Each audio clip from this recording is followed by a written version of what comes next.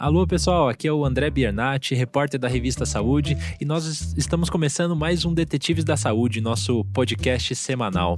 E hoje o nosso tema, vamos falar sobre as bactérias. Será que toda bactéria é vilã mesmo? Tem algumas que são boazinhas, enfim, vamos entender um pouquinho aí desse cenário. E para discutir esse assunto, a gente vai estar aqui na mesa com a Thaís Manarini, nossa editora. Tudo bom, Thaís? Oi, André, tudo bem?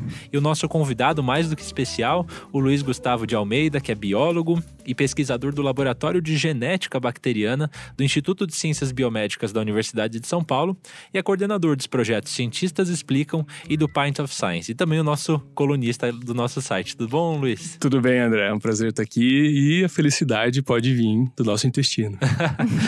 E quem fez o nosso roteiro, a produção, a pesquisa, nos ajudou a montar tudo isso, a Maria Tereza Santos, e na mesa de som o Rafael Bertazzi nos ajudando com toda a parte técnica. Bom, pessoal, então vamos começar falando aí das nossas queridas bactérias, né? Pelo que a gente pesquisou aqui, Luiz, as bactérias habitam, né, nosso planeta há pelo menos 4 bilhões de anos, né? Enquanto nós, Homo sapiens, estamos aqui há 400, né? Surgimos há 400 mil, 100 mil anos atrás. Então elas conhecem muito mais a Terra do que a gente. E se adaptam a todos os ambientes muito melhor do que a gente. Perfeito. E, Luiz, para pessoa assim, que a gente, não é todo mundo, bactéria, enfim, mas o que é uma bactéria? Tá, então, bactéria é um ser que ele é uma célula só, então a gente chama ele de um ser unicelular. Ele é diferente da gente porque ele não tem um núcleo muito bem organizado dentro da bactéria, tá? Então a bactéria, o DNA dela, o genoma dela, tá todo desorganizado dentro da bactéria, muito diferente das nossas células, né? A gente tem muita bactéria dentro da gente, mas nossas células principalmente se diferenciam por causa disso. Porque a gente tem um núcleo muito bem organizado e lá o DNA está bem protegido, né? Enquanto bactérias, elas têm um DNA mais relaxado ali dentro da estrutura dela. E isso tem implicações que a gente pode discutir um pouco mais para frente, falando de resistência a antibióticos, entrando um pouco mais para frente, o que isso pode causar, né? Maravilha. E procede aquela história de que a gente tem mais bactéria no nosso corpo do que célula? Eu não sei se é exatamente o número mais ou menos, mas mesmo tendo igual, o número igual de células de bactéria, um pouquinho mais, um pouquinho menos, já é uma coisa fantástica, né? Porque praticamente a gente é quase uma bactéria ambulante daí, né? A gente tem... Elas são muito menores do que uma célula nossa, humana, né? Então, cerca de, eu acho que 100, 200 vezes menores do que uma célula nossa. Então, por isso, um grande número de bactérias. Não por volume, que ela não compromete tanto isso, mas por números pode ser tão igual, maior, mas só essa informação já é muito fantástica, né? De a gente perceber que a gente nunca tá sozinho. E você concorda que existe, de certa maneira, usando um termo novo aqui, uma bacteriafobia? Nem sei se existe essa palavra. As pessoas só veem o lado ruim da bactéria e não enxergam o bem que ela também faz a gente e ao ambiente? Eu acho que é a própria história da bactéria, a própria história de como a gente começou a descobrir as bactérias que causou isso. Antes a gente não sabia se ela era boa ou se não era ruim, porque a gente nem sabia que ela existia, na verdade, né? Então isso lá na metade do século XIX, nem tinha essa teoria de bactérias, que bactérias existiam. Tinha muita coisa de pseudociência, né? Que é miasma causa doença. Miasma é aquela nuvem de fumaça que estaria em volta de você e isso que estaria transmitindo doenças. A gente não tinha ideia de que o micro-organismo poderia passar doenças. Então, quando descobriram que bactérias realmente causavam doenças, isso lá com Koch, né, mostrando disso, a primeira impressão que a gente teve foi essa. E essa impressão ficou muito impressa no nosso cérebro, né? A gente falou, é a bactéria que está causando coisa ruim. Mas a gente não sabia ainda o que elas estavam causando de bom também e que a minoria delas é que estava causando coisa ruim. Um exemplo muito legal que tem disso é uma história do próprio Jon Snow. Não aquele do Game of Thrones. Ele é um pouquinho... Mas desacreditavam muito dele também. As pessoas falavam, você não sabe de nada, Jon Snow. Alguma coisa do tipo, assim, né? Ele era um inglês. Então, na Inglaterra, por volta de 1830, 40, ele estava exatamente procurando uma explicação para esse miasma. Ele não acreditava muito nessa teoria de que tem uma fumaça que está causando doença. E ele foi atrás disso. Falar, então ele vivia em Londres. Em Londres era uma época que não tinha muito saneamento básico. Então, por exemplo, as pessoas jogavam seus dejetos, suas fezes no rio Tâmisa. Mais ou menos o Brasil de hoje. Mais ou menos igualzinho no lugar que a gente vê. Só que não satisfeito com isso, 2, 3 metros para frente, eles recolhiam essa água do próprio Tâmisa para consumir. Para usar, para beber diretamente isso. Sem saber que existiam bactérias e que fezes podiam transmitir bactérias. Então, ele foi muito... a hipótese dele foi exatamente essa. Não é miasma, não é uma fumaça mágica que está causando doença, é alguma outra coisa.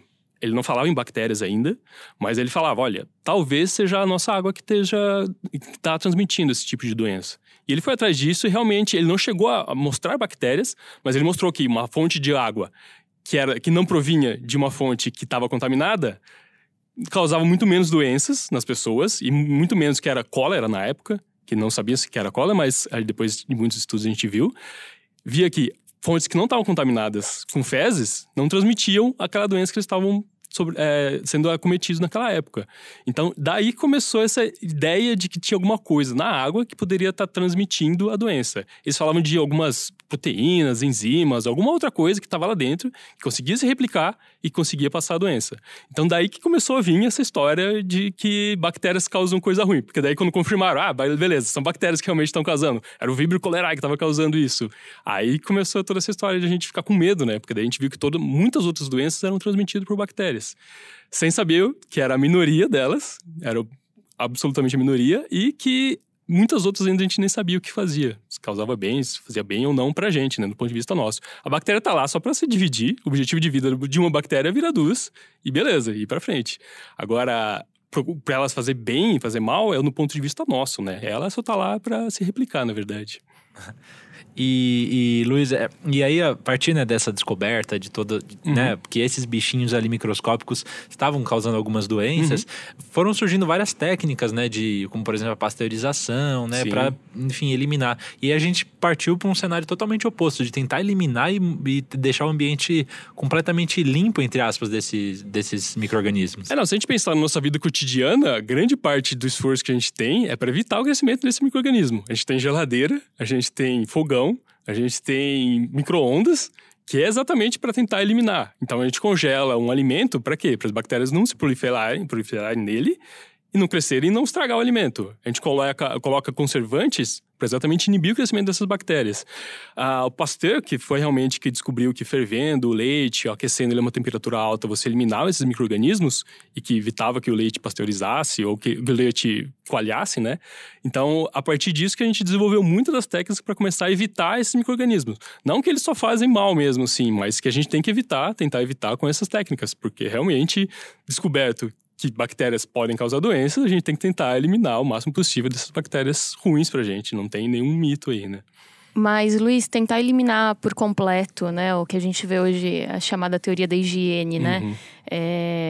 Isso também traz algum impacto negativo? Cara, essas coisas de eliminar 99,9% das bactérias é uma coisa horrível. Eu acho que isso teria que ser eliminado, assim, a gente tentar essa fobia de viver sem bactéria nenhuma na gente, né? Porque daí o que você faz, né? Falando desses sabonetes, dessas coisas que tem para eliminar 99,9% das bactérias. Você abre espaço também da sua própria microbiota. Então, na nossa pele, quando você passa o sabonete, você abre espaço para as outras bactérias colonizarem você. Então, essa mania essa gana, né, de tentar eliminar 100% das bactérias, viver numa bolha, é extremamente danoso isso pra gente. A gente tem camundongos em laboratório que eles são criados para não ter bactérias. Eles já são criados para isso. Ele não tem bactéria nenhuma no intestino dele e ele vive disso pra gente exatamente estudar esse tipo de ambiente, esse tipo de estimulação, né? E esses camundongos são extremamente doentes. Eles vivem muito pouco, eles precisam de muito alimento super bem produzido para viver. E outras coisas que eles não conseguiram fazer nunca sem a presença de bactérias. E é isso exatamente que pesquisadores fazem, né? A gente, olha, um cenário sem bactéria é um cenário utópico, não existe isso. Como o André falou no começo, já estão aqui há muito mais tempo do que a gente, quase tão velha quanto a própria Terra. E não é esse o objetivo, não é eliminar as bactérias, é a gente entender e conviver muito bem com elas. Claro, evitar as que provocam doenças, mas não eliminar os 100% das bactérias. Isso aí é uma coisa totalmente utópica. E Luiz, eu estava até pegando um dado aqui, teve um artigo no Lancet que falou, Lancet que é um jornal científico mega importante, falando sobre o impacto que as bactérias e as infecções, né, que elas causam, tiveram aí ao longo da humanidade. E eles trazem um dado de que durante as guerras napoleônicas, o exército britânico morreu 8 vezes mais de infecções do que de feridas ou da guerra mesmo, né, da batalha entre os exércitos. E na Guerra Civil Americana, das 660 mil mortes que aconteceram, 2/3 dos soldados morreram de pneumonia, disenteria, enfim, daquele ambiente. Consequência do ambiente, né? Sim, ou seja, o ambiente que a gente vive também vai facilitar ou dificultar a gente ter uma infecção bacteriana? Sim, é que também na guerra eles estavam num ambiente extremo, né? Tem que lembrar como que era viver numa trincheira ali, né? Você não toma banho, você não come direito, você toma chuva, você toma neve. Então, é um ambiente totalmente que a sua própria defesa do seu sistema imune está muito debilitada ali, né? Então, é muito fácil. Você tomou um tiro de raspão, você cortou a perna, tem uma infecção ali por bactérias que estão presentes no ar, estão presentes na terra. Muito mais na terra do que no ar. No ar até é bem pouco que tem muito mais fungo do que bactérias, assim. Mas então, aí, esse ambiente também de super estressante, né, pro próprio humano ali, você tem um ambiente propício para proliferação de bactérias, que é muito uma situação paralela, um pouco similar, no hospital, que a gente está com o sistema imune debilitado, e as pessoas lá, um grande problema é isso, infecções bacterianas causadas em pessoas imunodeprimidas, né? Então, isso que é um dado interessante para fazer esse paralelo. E aí, os antibióticos, realmente, eles ganharam a guerra. Quando Fleming, lá em 1928, naquele famoso anedota que existe, né? Que ele ia jogar as bactérias. É parte verdade, mas também tem muito da genialidade do próprio Fleming, né? Porque imagina, você vê uma placa ali, para quem não conhece a história, ele trabalhava com bactérias e trabalhava com fungos, né? Muito mais com fungos. E aí, numa plaquinha que a gente usa de meio de cultura, tinha um conjunto, ele largou um pouco das plaquinhas ao ar. E foi viajar. E na hora que ele voltou... Saiu de férias, foi dar uma passeada. Na hora que ele voltou, ele via que... Ele percebeu uma coisa muito interessante, que talvez qualquer pessoa que não fosse ele, na época ali, passaria desapercebido e jogaria a plaquinha fora. Ele via que tinham halos em volta do crescimento dos fungos, ou seja, uma zona de inibição de crescimento de um micro-organismo, talvez causado pelo outro micro-organismo. E aí que ele teve essa ideia, essa sacada. Putz, olha que coisa interessante que tem aqui. De vez de jogar fora, então o que ele fez? Ele tentou analisar muito melhor a situação, reproduzir no laboratório e mostrar que realmente algum micro-organismo estava inibindo um outro micro-organismo. Ele não chegou a isolar, tá? O antibiótico nessa época. Foram outros trabalhos posteriores que isolaram com Florey, e ele que continuou esse trabalho e conseguiu realmente isolar o antibiótico com uma produção em grande escala. E isso que ajudou o exército dos aliados nessa guerra das trincheiras, que de onde vez ali morrer por infecção, muito menos soldados da parte dos aliados morriam por infecção, por conta da penicilina, né? Que era o primeiro antibiótico aí que foi isolado, não o primeiro produzido, porque o primeiro produzido sempre existiu um antibiótico. Bactérias sempre guerrearam entre elas para sobreviver ao ambiente. Era uma guerra química ali. Sim, nossa, é uma guerra biológica ferrada ali. Bactérias, tem vírus no meio, tem fungo, então é uma coisa... Todo dia a gente vive esse caos no mundial entre as bactérias e os outros micro-organismos. Mas o primeiro realmente isolado por humanos, a primeira observação feita foi por Fleming, e depois, posteriormente, isolado foi a penicilina, que hoje, na época, já tinha resistência à penicilina, já existia. Essa coisa de resistência também a gente acha que é uma coisa agora, né, comum, agora que está surgindo esse tipo de coisa, mas sempre existiu também resistência de microbióticos, tá? A microbióticos. Então, essa coisa já existia mesmo na época ali da guerra, já existia isso de resistência a antibióticos. E é muito louco, né, pensar que uma das maiores invenções, né, da ciência, enfim, na história, que é os antibióticos, eles têm apenas 91 anos, né? É muito... É super recente, né? Então recente. É uma coisa que a gente acha que já, sei lá, a gente que é um pouquinho mais novo aí, a gente imagina, puta, antibiótico é uma coisa puta antiga, né? Mas 90 anos realmente é uma linha na história da humanidade.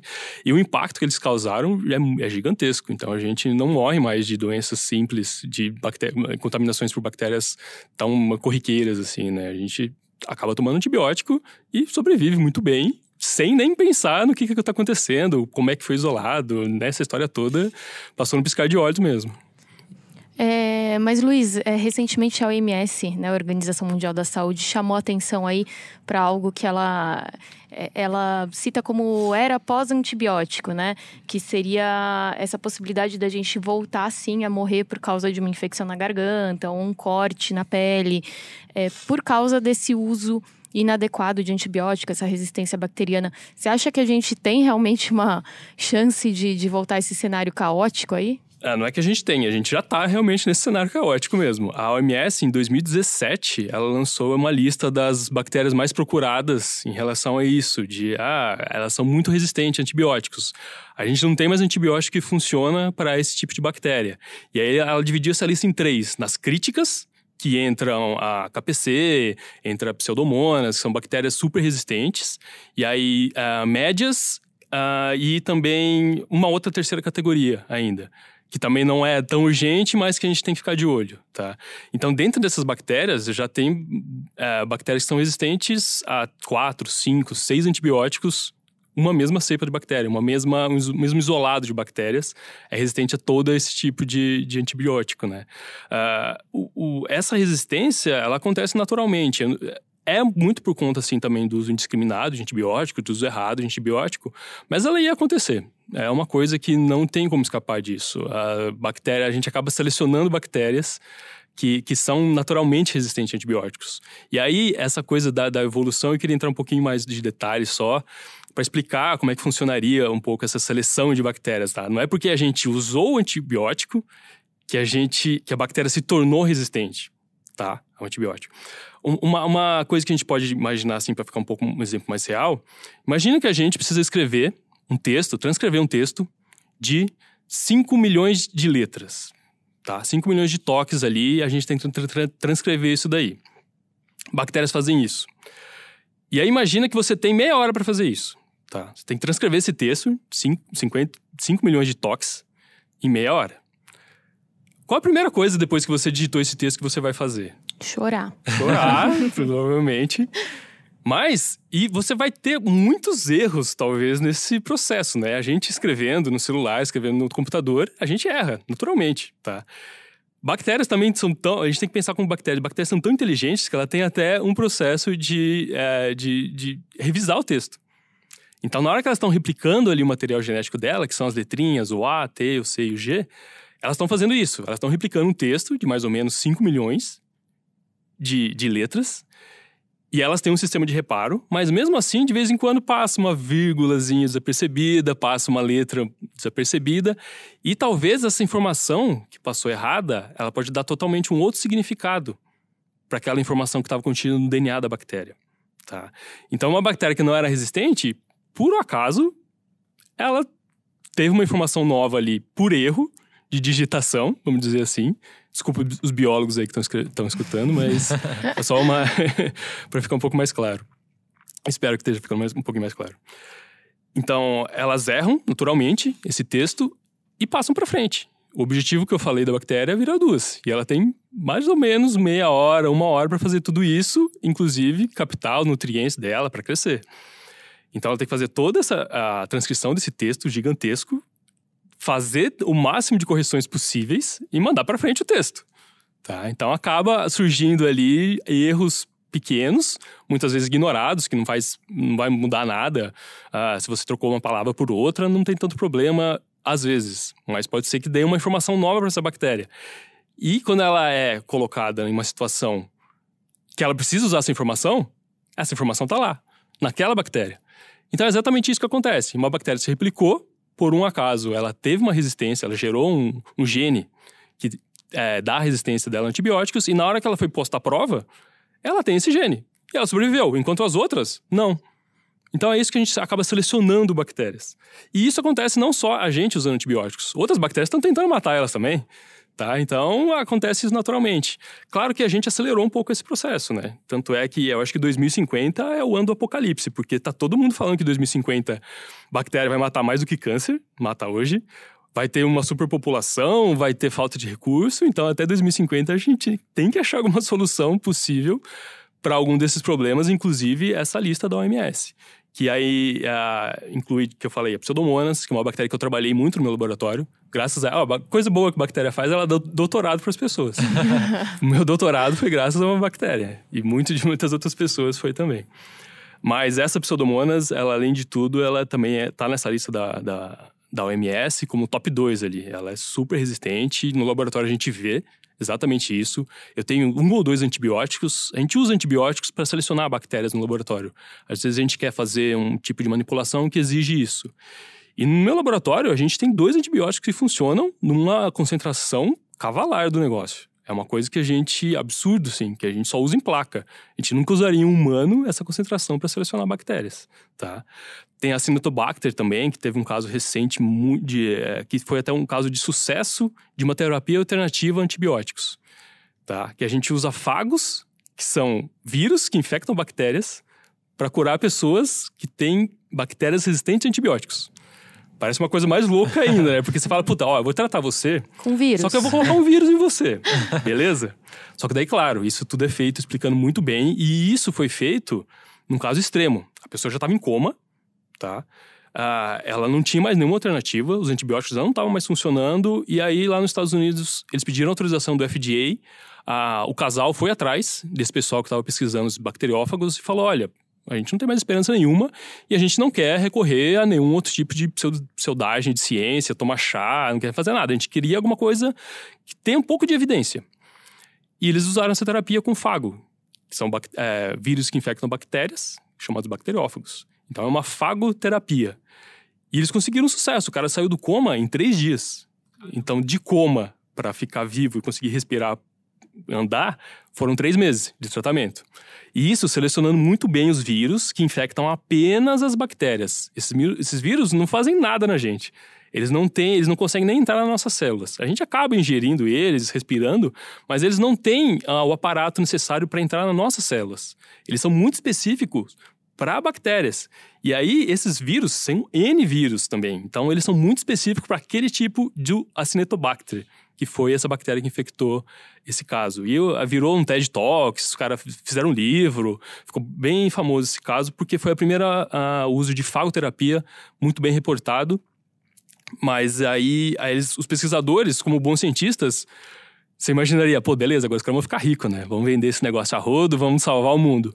Eles falaram, não, a gente teve muitos problemas durante o tratamento, as bactérias começaram a ficar resistentes, inclusive aos vírus. Então, muita gente começou a ligar para esses próprios pesquisadores que estavam fazendo a fagoterapia, e eles falaram, olha, a gente fez um teste preliminar.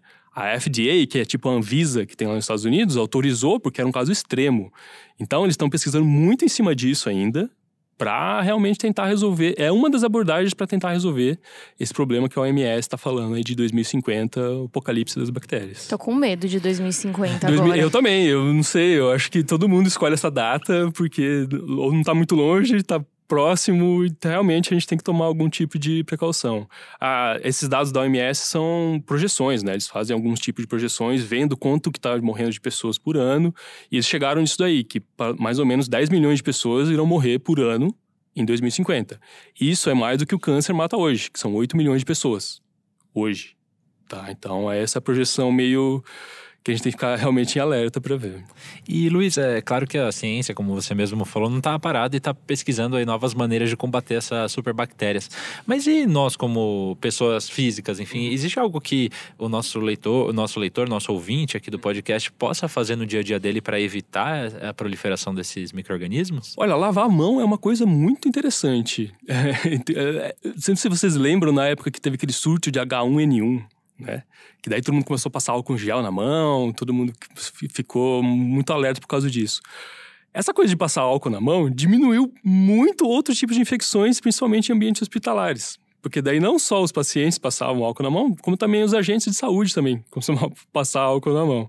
E sim, procurar se informar muito bem na hora de tomar um antibiótico. Você não vai tomar um antibiótico porque você está com uma virose.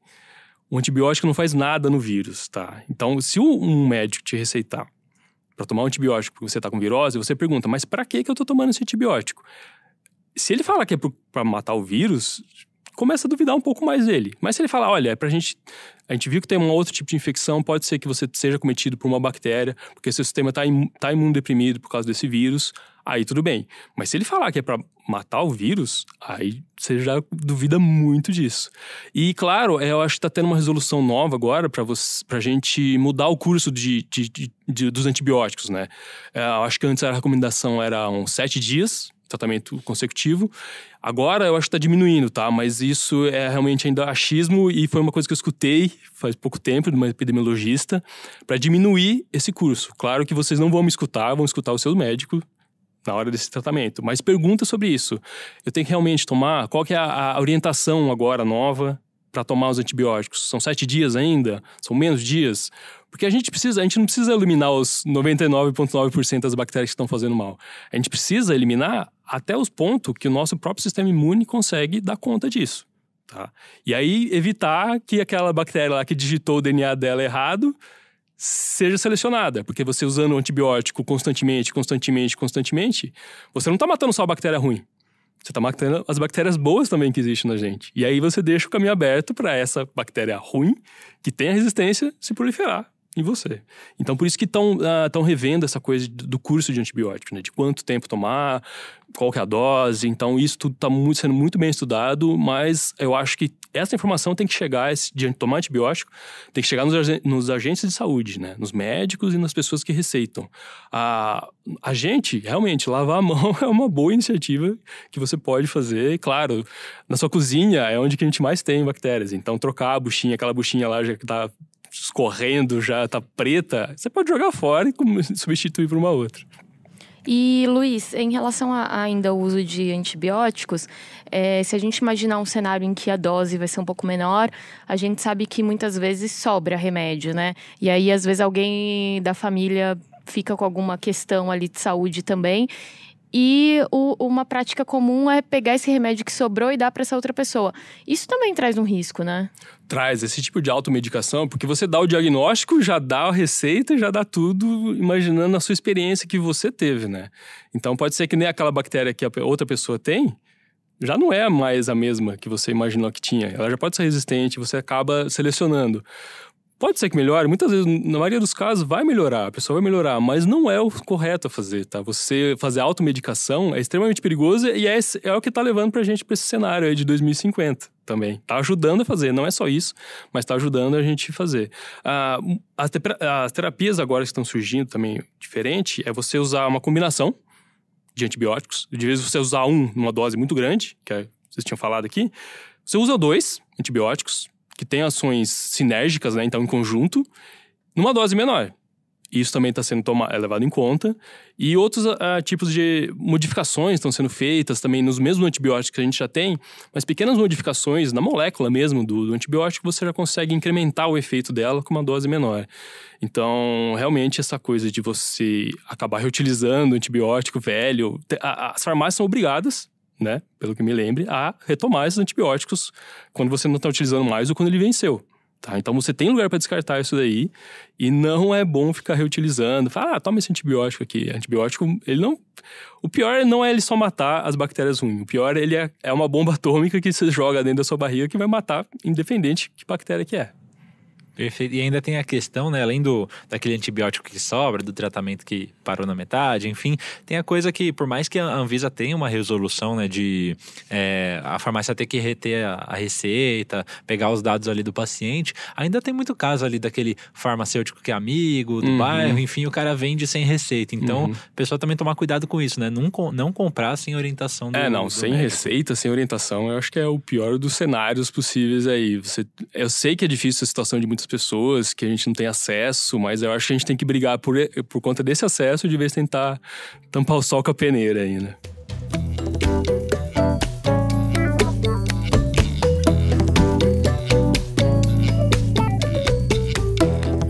Bom, agora que a gente já falou sobre as bactérias não ruins, né? Mas com potencial aí de causar um impacto negativo no organismo, eu acho que é bom a gente terminar com um recado legal, que também tem bactéria boazinha trabalhando pela gente aí dentro do corpo, né, Luiz? Isso, inclusive, tem sido muito estudado recentemente, né? A gente ouve falar muito sobre microbiota. Conta pra gente um pouquinho aí sobre elas. Tá, desculpa se eu tô assustando as pessoas, mas realmente não é só eu, tá? Não sou só eu que tô assustando, tem a OMS chamando lá, mas tem muita pesquisa sendo feita nisso, tá? Tem muito investimento sendo feito para pesquisas baseadas em terapias alternativas, não alternativas de chazinhos, mas de substituir o antibiótico, tá? Falando da microbiota, esse nome mudou, né, que a gente chamava de flora intestinal. E é bom ter essa mudança, porque flora se remete à planta, né? Então não tem nada a ver com planta dentro da sua bactéria, do seu intestino crescendo, né? né? Então, microbiota realmente é um termo que precisa ser mais popularizado. Um estudo interessante, que foi um dos primeiros a observar isso, mais recente, foi um americano que ele fez a seguinte correlação. Ele viu qual que era a porcentagem de obesidade ao longo dos anos no mapa dos Estados Unidos. Então, ele tinha aquele mapa de calor, sabe? Tem regiões aqui que a obesidade está aumentando, a obesidade está aumentando nessas regiões de calor aqui. E ele colocou esse mapa, sobrepôs esse mapa, sobre onde era o maior uso recorrente de antibióticos. Ele via que algumas regiões, elas batiam. Olha, nessa região aqui, as pessoas usaram mais antibióticos e se tornaram mais obesas. Isso ligou um estalo na cabeça dele e ele falou assim, poxa, será que realmente bactérias que a gente já tem no nosso organismo poderiam estar correlacionadas à obesidade? E aí ele foi para o laboratório, de vez só ficar pensando nessas correlações e criar um gráfico magnífico disso aí, olha, já só uma correlação gigantesca. Ele foi para o laboratório e testou isso em camundongos. Tá, então tudo isso que a gente vai falar é feito em camundongos, então a gente vai resolver problemas de camundongos por enquanto ainda da microbiota. O que ele fez? Ele pegou ratos tratados ou não tratados com antibióticos. Então, ele separou em 2 grupos, os ratinhos. Ele tratou com antibióticos, um antibiótico que é autorizado pela FDA, que é a Anvisa lá dos Estados Unidos, e um grupo sem tratar antibiótico. E deu o mesmo tipo de ração e a mesma quantidade de ração para os 2 grupos e acompanhou o peso deles ao longo do tempo. Adivinha qual que ficou mais gordinho? Tratado com antibiótico. Tratado com antibiótico. Então, ele já viu essa primeira correlação ali. Eliminar as bactérias... E o rato não estava doente, tá? Ele não tinha nada, ele não tinha nenhuma bactéria ruim dentro dele. Então, o antibiótico foi dado exatamente para eliminar bactérias que eram da própria microbiota do camundongo. E ele viu que realmente dando a mesma quantidade de ração, na mesma periodicidade... Maravilha. Eu acho que é essa a palavra. Essa mesmo. Viu que realmente os ratinhos que foram tratados com antibióticos ficaram mais gordinhos. E o pior ainda é que é uma notícia ruim, talvez, para as fêmeas dos ratinhos, é que as fêmeas dos ratinhos engordavam mais ainda do que os machos dos ratinhos, tá? Então, de novo, isso é para camundongo, funcionou para camundongo muito bem, e viu que tinha essa correlação. Então, olha, a microbiota pode sim estar interferindo na obesidade dos camundongos. Se isso é verdade ou não ainda para humanos, a gente tem que fazer esse paralelo e depois estudar um pouco melhor ainda essa correlação. Um outro experimento muito legal que eles fizeram, e esse é um pouquinho mais nojento, mas no final vocês vão ver que faz sentido. Eles pegaram esses ratinhos que eu falei que eles são germ-free, então eles não têm a microbiota, eles já nascem sem a microbiota, tá? E fizeram a mesma coisa. Um dos ratinhos sem microbiota, ele não cresce nada bem, então com o mesmo tipo de ração ele não cresce nada bem. Outros, o que eles fizeram? Eles pegaram bactérias daqueles camundongos que eram gordinhos e transferiram para a microbiota desses ratinhos germ-free. E o outro grupo, pegaram os ratinhos que são magrinhos e transferiram a microbiota para o outro grupo de ratinhos germ-free. Mesma ração, mesmas condições. O que recebeu bactéria dos gordinhos acabou ficando gordinho.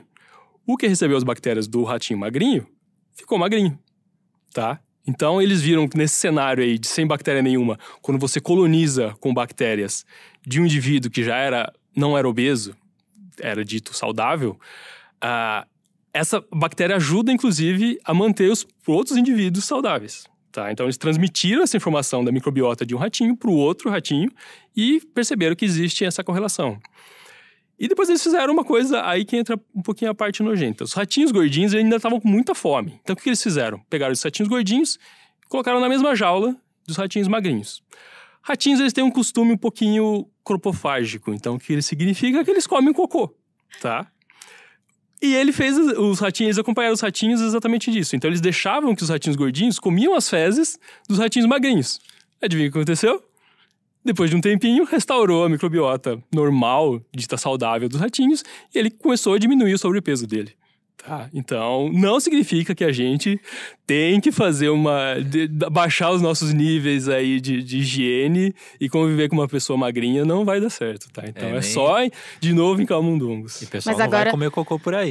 Mas agora eu já vou olhar... Não, já dá pra olhar diferente pra uma pessoa magrinha e falar, puxa, que essa microbiota boa, aí. Né? Então, aí a gente pode abrir uma empresa aqui agora, né? Fazer umas pílulas aí um pouquinho mais. Ô Luiz, mas a gente tá falando dessa questão desses experimentos e que eles envolviam o uso de antibiótico, né? Só para explicar a relação. Esses antibióticos, eles acabavam, então, interferindo na microbiota, né? Matando também bactérias que seriam positivas, então. A relação é essa. Sim. Os ratinhos, esse primeiro experimento que eu falei, eles tinham uma microbiota normal. Eles não estavam doentes, não estavam nada. Então, o antibiótico foi utilizado exatamente para matar bactérias que... Não matou todas as bactérias, mas acabou selecionando algum tipo de bactérias. O estudo continua, tá? Eles isolaram essas bactérias, viram quais eram essas bactérias que estavam relacionadas ao ratinho que tomou antibiótico e fizeram uma correlação ali. Olha, esse tipo de bactéria, quando está presente só ela deixa o ratinho mais obeso. Quando você não trata o outro ratinho, ele tem um conjunto de outras bactérias, que não só essas aí que deixaram o ratinho gordinho, que ajudou ele a não ter esse sobrepeso, mesmo comendo a mesma comida, tá? Então, ele eliminou parcialmente, não foi os 99,9% das bactérias, mas eliminou muitas das bactérias que estavam presentes na microbiota normal do ratinho lá, do ratinho que ficou gordinho. Então é mais um motivo pra gente usar antibiótico com muito critério, porque você não interfere só em bactéria ruim, né? Você também tem aí uma interferência em bactéria que tá ali de boa, sem fazer nada de mal pra gente, né? Não tá fazendo perfeito e não tá fazendo nada de mal e tá fazendo bem, aliás, né? O que eu falei no começo do programa, que a felicidade pode vir do nosso intestino, elas inclusive já foram reportadas que elas produzem serotonina, que é aquele hormônio da felicidade. Então você alimentar as bactérias suas boazinhas, você vai estar alimentando o seu cérebro, por isso que a gente fica feliz também um pouquinho quando a gente come, né? E Luiz, nesse sentido, né, a gente vê, esse assunto tá muito quente, né, toda hora, o pessoal tá falando equilibrar a microbiota, manter a microbiota saudável, e o que a ciência diz sobre isso, enfim, o que as pessoas podem fazer para ter um conjunto de bactérias benéfico para ela? Então, agora como chega isso aí, todo mundo quer ser respaldado pela ciência, e tem muita gente oportunista também que realmente acaba falando, olha, eu tenho aqui um probiótico que faz um milagre, faz você perder peso, faz você ter felicidade, ter tudo. O problema disso é que a gente não tem muitas evidências científicas ainda para a microbiota. Como a gente está falando aqui, é um assunto extremamente novo, quente, está na fronteira realmente da ciência. Eu acho que isso vai mudar muito o jeito que a gente olha para a medicina. Eu acho que a gente olhando para a microbiota agora vai ter totalmente tratamentos diferenciados, vai ser outro mundo. Mas a gente tem que tomar muito cuidado com isso, de falar, olha, a gente vai dar um probiótico, que são as bactérias ditas boas, e ela vai fazer milagre no seu intestino. A primeira coisa que a gente tem que pensar é se elas vão chegar realmente no seu intestino. Porque lembra que ela tem que passar pelo seu estômago, que tem um pH extremamente ácido, tá? E bactérias tendem a não gostar muito de pH ácido. Elas tendem a morrer. Então, você dá um monte de bactérias ali, pode ser que ela nem passe pelo seu estômago, tá? E se ela ficar no estômago, também é um problema. Então, a gente tem que tomar muito cuidado com o tipo ali de probiótico que a gente toma, tá? Esses naturais, a gente tem que tomar um certo cuidado com eles também, porque a gente não sabe o que tem dentro deles, tá? Então, eu acho que a onda é benéfica pra gente ter essa hype, essa vibração de estudos novos em probióticos, mas também a gente não pode ser enganado, assim, à torta e direito e falar, olha, a gente já tem um produto aqui super pronto, tudo certo. Eu acho que o mais famoso que a gente tem é aquele leite fermentado, né? Eles têm algumas evidências científicas, sim, eles investem muito em pesquisa. E o primeiro teste que eles fizeram foi exatamente isso. Você tomou o leite fermentado. Para ele entrar, as bactérias também teriam que sair. Então, o que eles fizeram? Fizeram um teste muito controlado, analisando se as bactérias que estavam presentes no leite fermentado, conseguiam pelo menos passar pelo estômago, passar pelo intestino e sair nas fezes. E nas fezes eles conseguiram isolar realmente o Lactobacillus casei shirota lá, tá? Então eles conseguiram realmente provar que a bactéria chega ao seu intestino.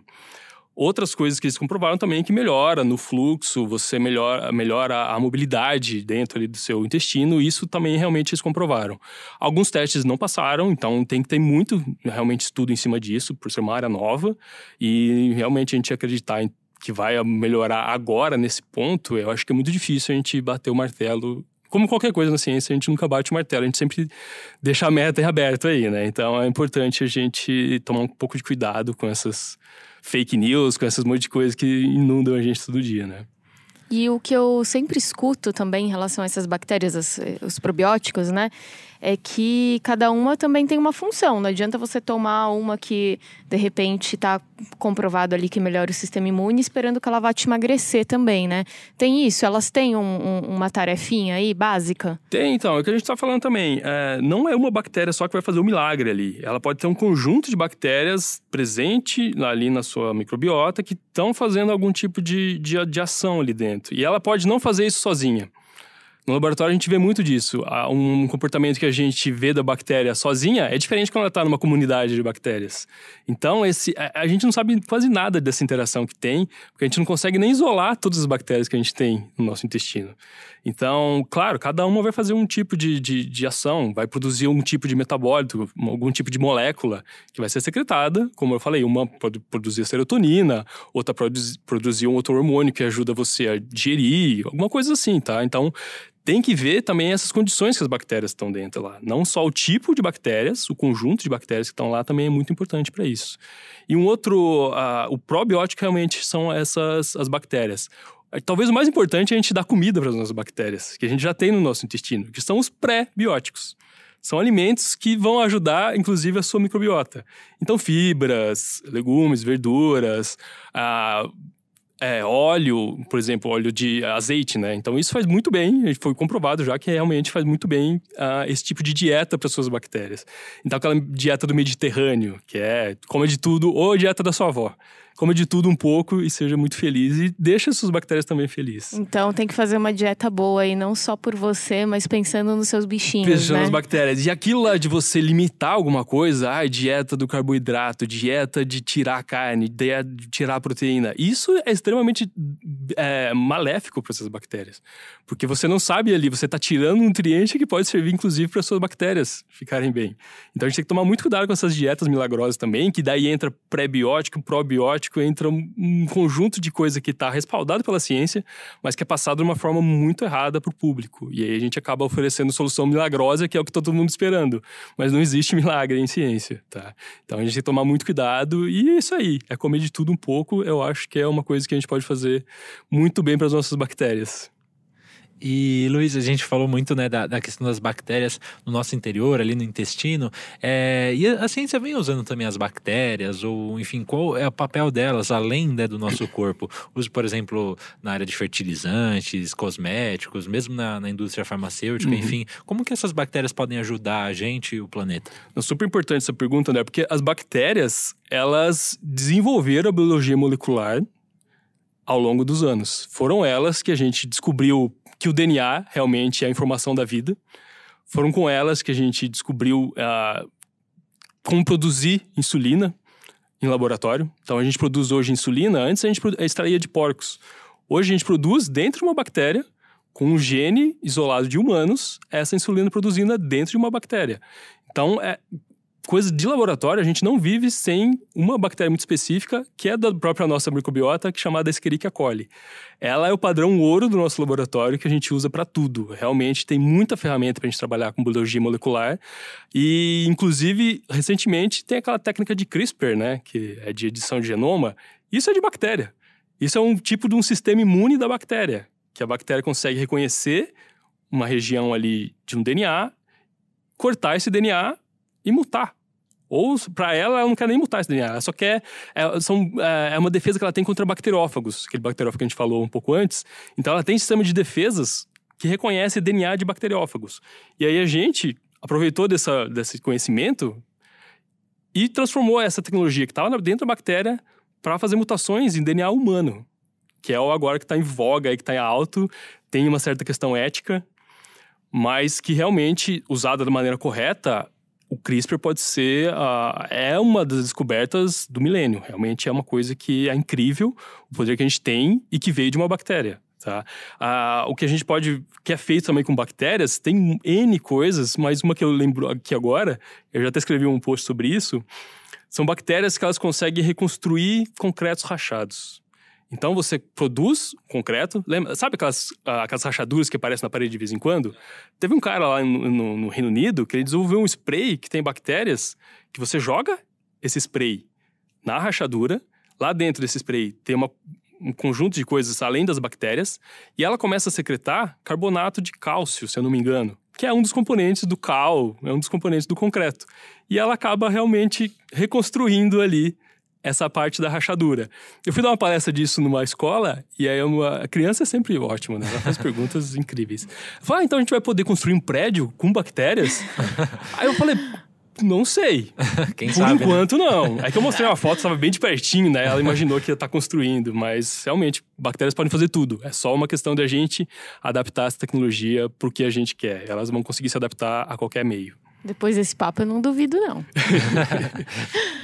Bom, gente, acho que aí o programa foi ótimo. A gente falou agradecer primeiro as bactérias, né? Que, claro. Que permitem a vida. Não tem coisa melhor. Pra mim não tem coisa melhor. Ela já me deu o doutorado do Luiz, a vida pra gente, digerem nossos alimentos, enfim. E, enfim, obrigado, Luiz, pela presença. Eu que agradeço de novo essa oportunidade aí com a Revista Saúde. Incrível o projeto que vocês estão fazendo, sempre divulgando ciência. Eu acho que a gente precisa de muito mais disso, né? De ter jornalista interagindo com um cientista pra gente aprender a falar pro público de uma maneira que todos entendam. Ah, sem dúvida. E, enfim, nosso contato fica aberto aí para futuros programas. Posso chamar.